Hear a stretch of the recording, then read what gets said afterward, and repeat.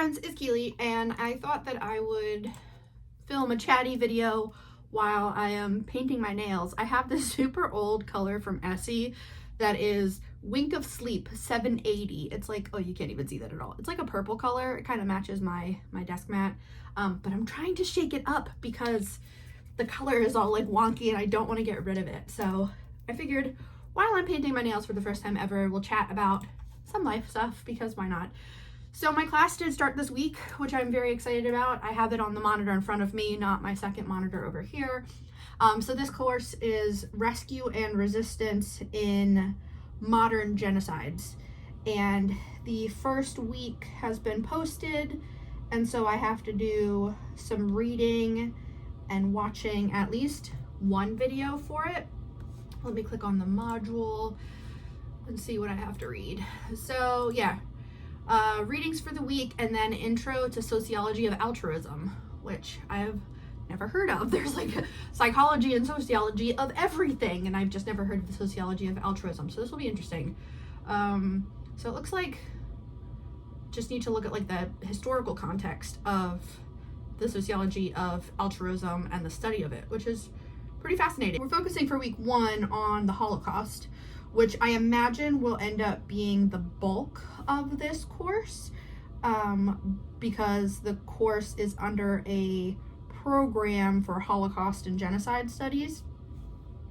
And I'm not necessarily interested in doing the full program, because I don't know if you get a certificate or if it's just like, if it's part of like a history degree or building to a history degree and it's just like electives that are separated out within the history program. I'm not really sure. I was just looking for a course that I could take this summer, this spring, that would help me feel like I was learning and doing something with my brain, because y'all, life is hard. It's hard to feel like you're contributing to society in a positive way. I'm not going to super go into it, but my work has been impacted by a lot of what's happening in this administration for the United States, and that means limits on what we are able to do, and that honestly is like gut-wrenching and really sucks, because what field I work in, there's a lot of things that we do for the public and the public needs, and so having limitations on that is not a good thing. People's lives will be at risk because of it, and that really sucks. So that's why I started looking into courses that I could take that would help me expand my knowledge and feel like, okay, there's hope. So that's why I'm taking this course. So I need to do those readings today. I'm on my lunch break right now from work. My work desk is actually behind me. I have 2 desks in my office. The personal computer is obviously in front of me, and right behind me is my work desk, which is a standing desk that I got last year that I absolutely love. Do I actually ever use it to stand? Not recently. I've been mostly sitting all day, other than when I get up to do chores and stuff, which is not ideal. But I tend to stand more in the spring and summer, and in the fall when I can have my window open, because there's a window right here, and so that helps, with fresh air and all that.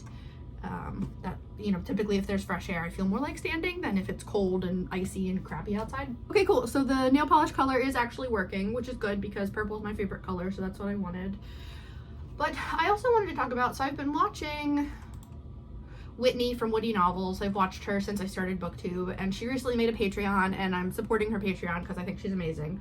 But she was talking about her work. I'm not going to tell you what she does for work, but she was talking about her work being really stressful and it impacting her mental and physical health. And that's something I wanted to talk about, is that I don't think a lot of people necessarily, sorry, I'm like still shaking this up. A lot of people necessarily recognize how exposure to things in the media or through your job can impact your physical and mental health. So something that if you work in mental health, if you work in social services, you're probably aware of is this concept of vicarious trauma. And very, very simplified version of it is that if you are repeatedly exposed to traumatic things that are happening to other people, that is enough for your body to think that it is going through that traumatic experience itself. So you often find that people that work in hospitals, social services people like social workers and psychologists, victim advocates, EMTs, first responders, all of those people tend to experience vicarious trauma at very high rates. And it's because we surround ourselves with horrible things that are happening to other people in order to help them. But even if you don't work in those fields, if you are seeing horrific things in the media or in social media, or if they're happening to other people in your life, and you're repeatedly seeing and hearing about those things, your body can start to react to it as if it's happening directly to you. And so what that can end up looking like, it's different for everyone, but what that can end up looking like is stomach aches, headaches, insomnia, nightmares, anxiety, depression, grinding your teeth, clenched, like stressed muscles. So if you're ever sitting there and realize that, like, oh, my jaw is clenched and my shoulders are like raised, feeling hypervigilant. So if you are jumpy, that's like one of the big ones, is if typically you're not a jumpy person, but all of a sudden you're starting to jump at loud noises, or, you know, someone gets too close to you in the grocery store and you get really like, oh my God, like back up, you know, stuff like that. If you're starting to pay attention more to sounds and colors and things, if there's like sensory inputs are starting to bother you, there's like a billion different things. But basically that's your body's way of telling you, hold up, we're going through some shit and we need to address this. I just wanted to like take a moment and make space for that, for a lot of,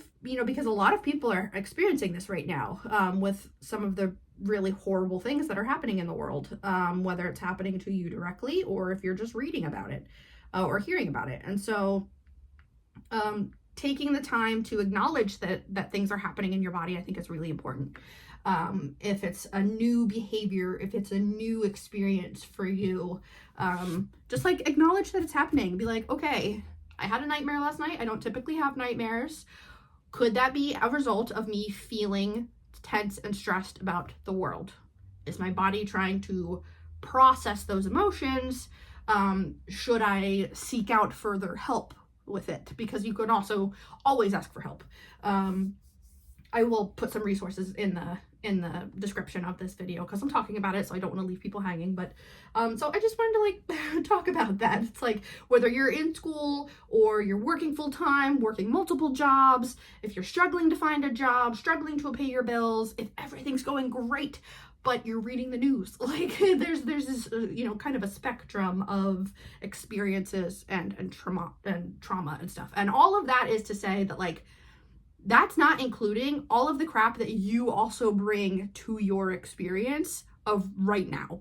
So if you are someone, if you're an adult and you have experience, well, I hope that you're an adult, you should be an adult, but if you're watching this, but let's say that you spent, you know, all of your childhood, without a safe place to live, or if you experienced child abuse or neglect, or if you were in a really bad car accident, if you had any traumatic event that happened in your life prior to this moment right now, you're bringing the memory of that with you when you're absorbing other traumatic things.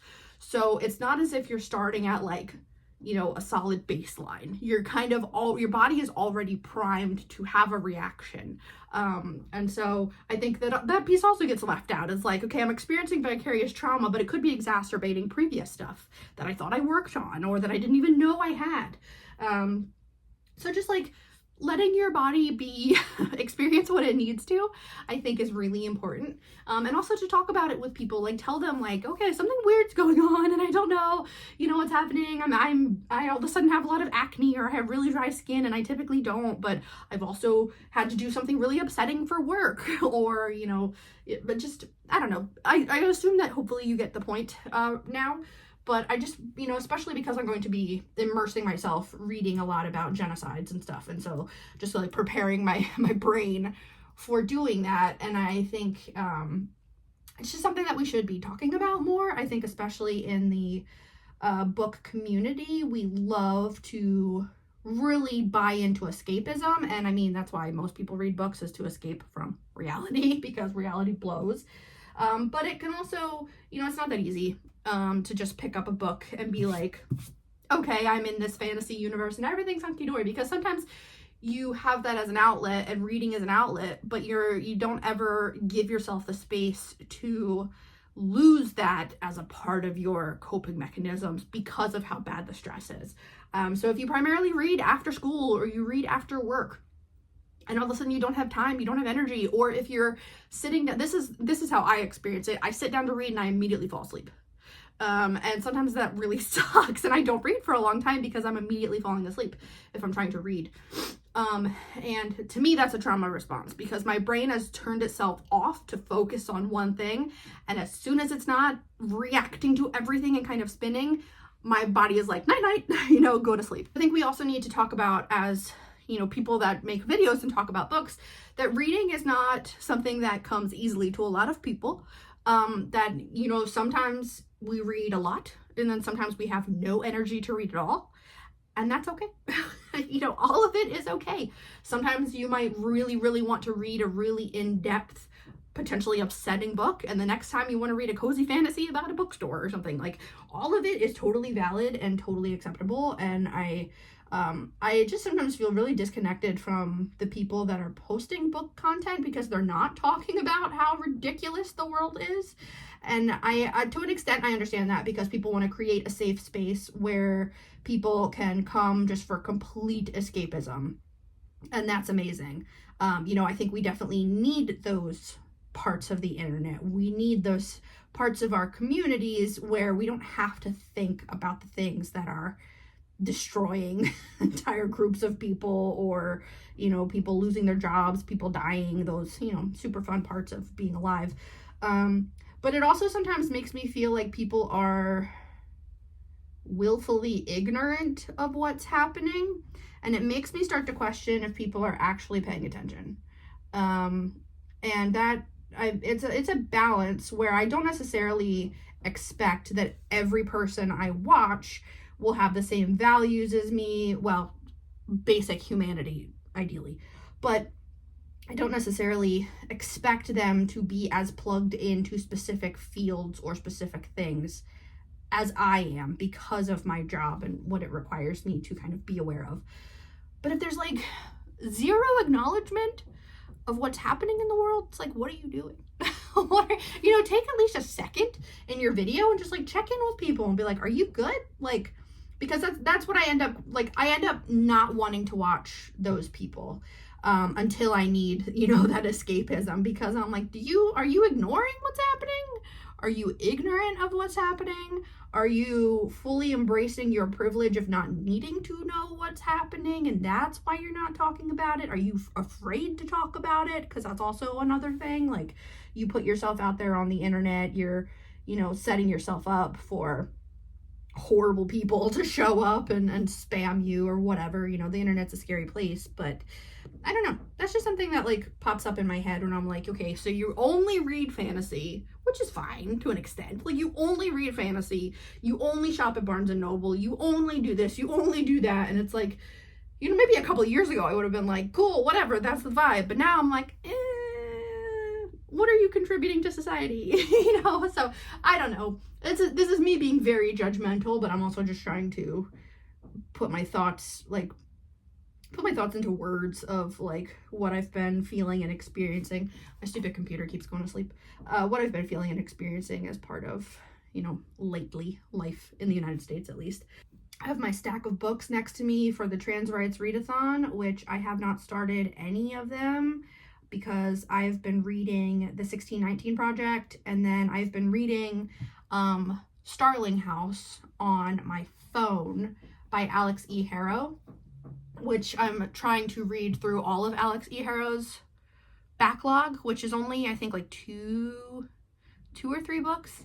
And then they have a new one coming out, or that just came out, something like that, this year.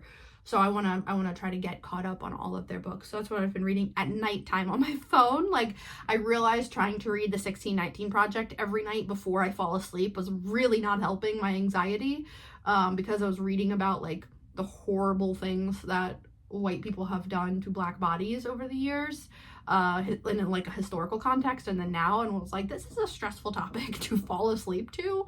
Maybe I should switch it up a little bit now. So that's why I'm reading The Starling House, which is like a haunted house kind of vibe, where you're following the main character who has a younger brother. They live in poverty, and she's trying really hard to save money to get her brother out of this town. And there's this creepy old house that, like, there's all these rumors about the house, and then one day the man that lives alone in the house sees her out front, and they talk, and he tells her to run, and it's like so dramatic and ridiculous. But something about the house, like, that's the whole vibe, is that the Starling House, there's something going on with it, and so we're learning what will be happening with it. So I don't know, I very much enjoy books about houses, like especially haunted houses, so I am enjoying that one very much. I've been thinking a lot about what I want my channel to be, and part of me doesn't want to contribute to consumerism, which is a huge part of BookTube, and it's definitely something that I experienced when I first got into BookTube, and have experienced over the years of, like, people make book hauls and they do large book hauls, and I definitely have in the past. I primarily would shop at thrift stores for books, which is still my favorite place to get books. But I don't know if I necessarily want to have book hauls on my channel unless it's something that y'all want to see, because it can make people feel really isolated and really crappy, and make you feel like in order to be successful, whatever that means for you on BookTube, that you need to buy these things. And I don't necessarily want to contribute to that as much as I have control over that. You know, I know we're going to be influenced no matter what we watch, no matter what we do. Every well-intentioned person ends up still causing harm in some way. It's just the nature of you know, everybody being different. But what I want to try to do, and I say this every year and I suck at it every year, but it's an ongoing process, but especially now, is continue to use my library system. For specifically for this year, what I'd love to do is use my library system for all new releases. So I have a list of new releases. I'm using Amazon to make lists, but I'm not using Amazon to buy books. I just have like a 2025 new releases list. So there's like super, like really exciting books that are coming out, and I would love to utilize my library for those. And especially for the books by authors that I'd like to get caught up on that I don't have an ebook or a physical book of, I would love to utilize my library more. Because I also, like, I love when people use their library. It's also a good way to save money. It's a way to support your community, and it makes it more accessible, but also recognizing that some people do not have access to a library system, which really blows. But I would love to be able to do that. Just use my library more and make my channel, in ways that I know how to, make it slightly more accessible and make it a better environment for everyone, get whatever your circumstance. If you have the cash to go buy books, if that's the main way that you treat yourself, by all means. I am not telling people how to spend their money. Hell no, because I hate when people tell me how to spend mine. But I'm saying that I am going to try to be more intentional, which is like always a challenge, because my brain's like, oh, you were stressed? Here's a little treat. Or you had a good day? Get a little treat. And so, like, you know, I love that thing online that it's like the people that give you a hard time for having little treats, my response to them is like, sounds like someone needs a little treat. You know, it's like, do the things that bring you joy. Sorry, my nose is running. But do the things that make you happy. And if reading makes you happy, then friggin' do it. Like, I think everyone should be reading whatever makes them happy, whether you're reading Captain Underpants or you're reading hard-hitting nonfiction, you know, whatever. I don't care if it makes you happy. Another thing that we've been doing I'm just like ranting about everything in my life right now. Another thing we've been doing in my apartment, but because we've lived here for a couple years, I was like, okay, you know, wanting to do spring cleaning and wanting to also just think about what we have in this apartment. And so it's actually prompted by Whitney from Woody Novels again. She did a video where she did a 30-day declutter, where every day she tried to find that amount of items from her apartment to get rid of to help declutter, because she said at the beginning, if I didn't have so much stuff, I wouldn't struggle with where to put it all, and then I wouldn't have the clutter. And I was like, hey, I resonate with that, because as you can see from the pieces of my office that you can see, I am not a minimalist. I love knickknacks. I love shit. I love little trinkets and shit. Sorry if you can hear random noises. They're renovating the apartment next to mine and they're being very noisy with it. But my husband and I went through, well, I really went through, and then afterwards he was like, okay, cool, I'll do it too. Every room, every closet, every nook and cranny, and found stuff that's like, have I touched this since we moved into this place? Have I touched it in the last year? Did I even know I had it? You know, things like that. And just went like nuts getting rid of so much stuff. And we ended up having, I took, I think, 7 big black trash bags of clothes and jackets and stuffed animals and blankets and pillows and like those cloth goods to Goodwill to donate. And then other things we also donated. Like I had a whole bunch of notebooks that I had never used, so perfectly good blank notebooks, so we donated those. And a lot of stuff we threw away because it was like used, it was falling apart, it was something that had sentimental value to me but to no one else. It was, you know, random shit that I was like, this is gonna get thrown away by Goodwill, so why not just do it here? And then other stuff like Halloween decorations that I've never used that I thought were cute at the time.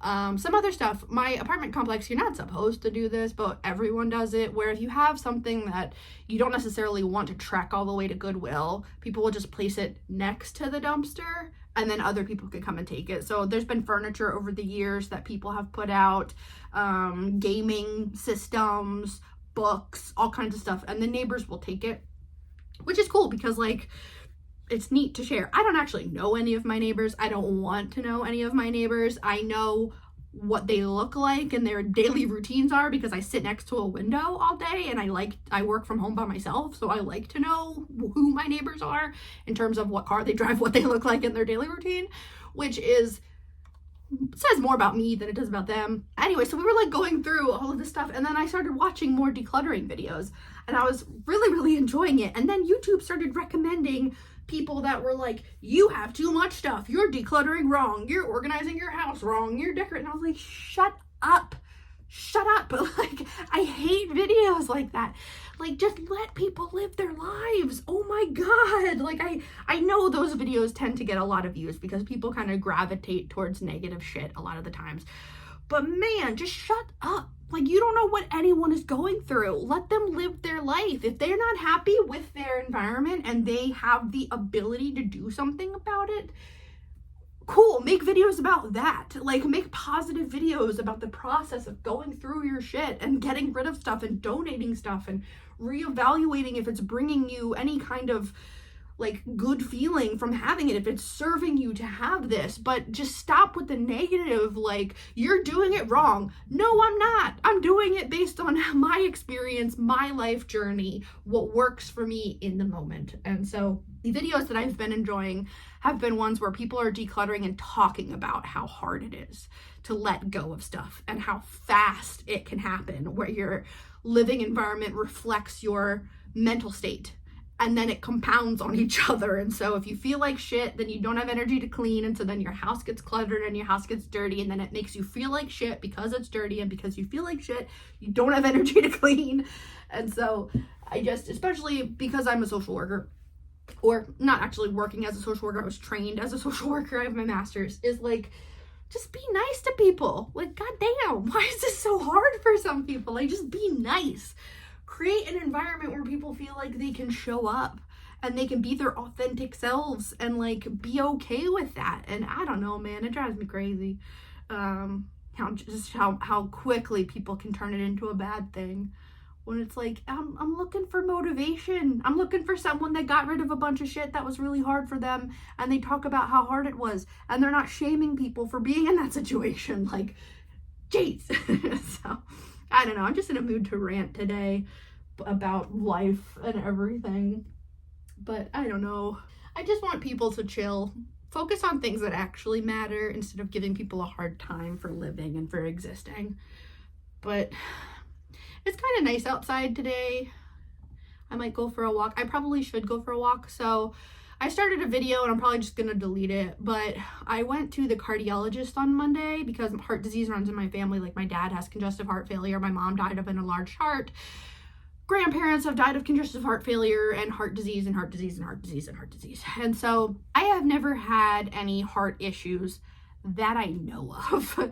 A couple of years ago, I actually thought I was having a heart attack. And then I went and had an EKG and they were like, well, there's nothing on it. However, that doesn't mean anything right now because it could be that your heart had an issue and then went back to baseline. But at the time, I was losing a lot of weight really fast. And it was from, I made changes to my diet, but I was also running like crazy. And so I was overdoing it, for sure, but I was running and I was coping with my old, very toxic job by running. I would get home from work and go run 6 miles and be like, okay, now I can deal with going back to my toxic workplace the next day. I would run 4 miles on my on my lunch breaks, and then get a shower in the gym in my office building and then go back to work. And in some ways I miss those days because I did that when we lived in Maryland and we lived near a bunch of trails and I love trail running and I really, really miss that. But I blew out my knee because I overdid that. So trying to get back to it. But anyway, so I had lost a ton of weight and they were like, okay, well, there's a chance your gallbladder is having problems. So why don't you go for an ultrasound and see if you have gallstones? And it turns out that that's what it was. I had a gallstone attack, which can mimic heart attack symptoms and be very, very scary. So I ended up getting my gallbladder removed. But so that's like the only thing that's ever happened really, other than like I've had high cholesterol off and on over the years. My blood pressure's fine, my heart rate's fine, all of that. But when my weight goes up, my cholesterol goes up, which I think happens to almost everyone. So I've been having a lot of really high resting heart rate days over the last like 6 months. And my therapist, like I would sit here and be like, is my heart racing or do I feel like it is because I'm anxious? And so I look at the heart rate monitor on my watch and it'd be like, okay, I haven't moved in an hour and my resting heart rate is 96. That's not good because my resting heart rate is typically between like 55 and 65. When I'm sleeping, sometimes it drops into the 40s, but that was just like me doing nothing and my heart rate was just like, bam, like crazy. And so my therapist was like, okay, it's been happening for long enough that like I clearly have mental health issues. I've been in therapy for 20 years, but like, go get that checked out. Like, just make sure. So I got an appointment months ago. It finally happened on Monday. And she was super duper nice. They did another EKG in office. And then she wants me to get a bunch of blood work done, but my previous blood work from a year ago, so since I lost a ton of weight, I lost about 80 pounds in about a year and a half just from running. And what they think happened was that I was very, very unhealthy before I started losing weight in 2018. Most likely had high cholesterol. And so what they said happened was that as I was losing weight, my body was not doing a very good job of breaking down the cholesterol. And the cholesterol then get locked in my gallbladder, created gallstones, and I had a gallbladder attack. And that's why I needed my gallbladder removed. Since then, it's been hard to keep that weight off. And part of it was that I started losing weight in 2018. 2020, I dropped to my lowest weight ever since I was like 12. After my grandmother died, because she was my best friend and it was completely unexpected. Like one day she was fine, the next day her congestive heart failure was like, you're out. it was nuts. But I just wasn't eating, wasn't doing anything, and I dropped another like 15 pounds. So the weight that I ended up at was not sustainable, was not healthy, was not my goal. My goal was to get healthier and be running. And what ended up happening was I lost a bunch of weight, but I didn't actually get any healthier because my gallbladder exploded and then I got really, really skinny. So over the years, I've gained weight back and I'm still running. So it's weird that like my body composition has changed where like I've gained weight. And so I'm technically close to my starting weight from 2018, but my pant size is like 3 sizes smaller and I have more energy and I'm able to work out a couple times a week and run a couple miles each workout. And so it's just crazy how bodies change. But so last year I had to get blood work done and the results then said that my A1C was high and the other sugar number was right below pre-diabetic. So my A1C is over the pre-diabetic line, but my other sugar number is below it. So the cardiologist on Monday was like, we need to get you updated blood work. I want to test for a lot of other things since I'm a cardiologist and that's what I do. But in the meantime, if you want to wait a couple weeks now that you have insight into your sugar, because we had this super long conversation about sugar and how developing diabetes as someone that is at risk for heart disease is like not a good thing. And so we talked a lot about it. And so I've been making some changes. That was Monday, so it's only been a couple days. But I really increased my water intake, which was also something that I had done years ago to help me lose weight. But part of it is that like I have to be more mindful of my sugar, which sucks when I love sugar. I love sugar so much. It's like I'm fully in the little treat mentality. We just went to Disney at the beginning of February and then came home from Disney. I had a cold and then I had bronchitis for 2 weeks, and now I'm coming out of still having a lingering cough from bronchitis. And now you want to tell me I can't have sugar, which is like what keeps me moving. So that sucks. So that's like a journey that I'm on right now, is trying to get healthier.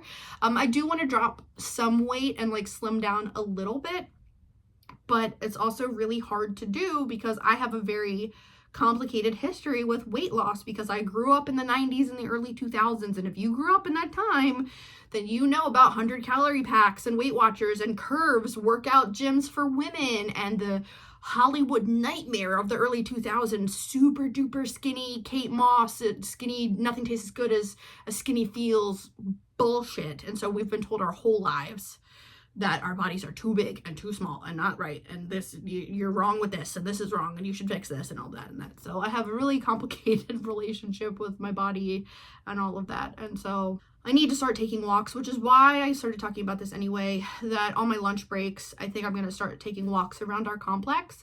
I left my AirPods at my friend's house, so I have to get them. But in the meantime, I can just like meander, take my dog for an extra long walk, which she will love. But I don't know, life has been wild lately, and I hope that y'all are doing okay. And I plan on making more content about books, obviously, because this channel is a booktube channel. But I also just want to talk about, like, I enjoy when people talk about their lives. No stress to you, like, no pressure to you if you choose not to talk about your personal life on the internet. That is a totally valid thing to not do. But I also enjoy it when people do, and I don't necessarily have an issue talking about my personal life, because this channel is very personal to me, and the people that have stuck around for a long time are really cool, and I like you guys, and I appreciate you. So I think that's probably it for now, because I'm looking at the thing and it says I've been rambling for about 40 minutes. So I might cut a lot of stuff out out of this. I don't know. But I just want to do like a chatty check-in, let you know that I am reading. I am trying to come up with like other book content that I can make that isn't just like a book haul. But yeah, hope y'all are doing well. If you stuck with me through this whole thing, thank you. I appreciate you and your time. And how are y'all doing? Are y'all hanging in? Are things going okay? I hope so. And I will talk to y'all later. Bye.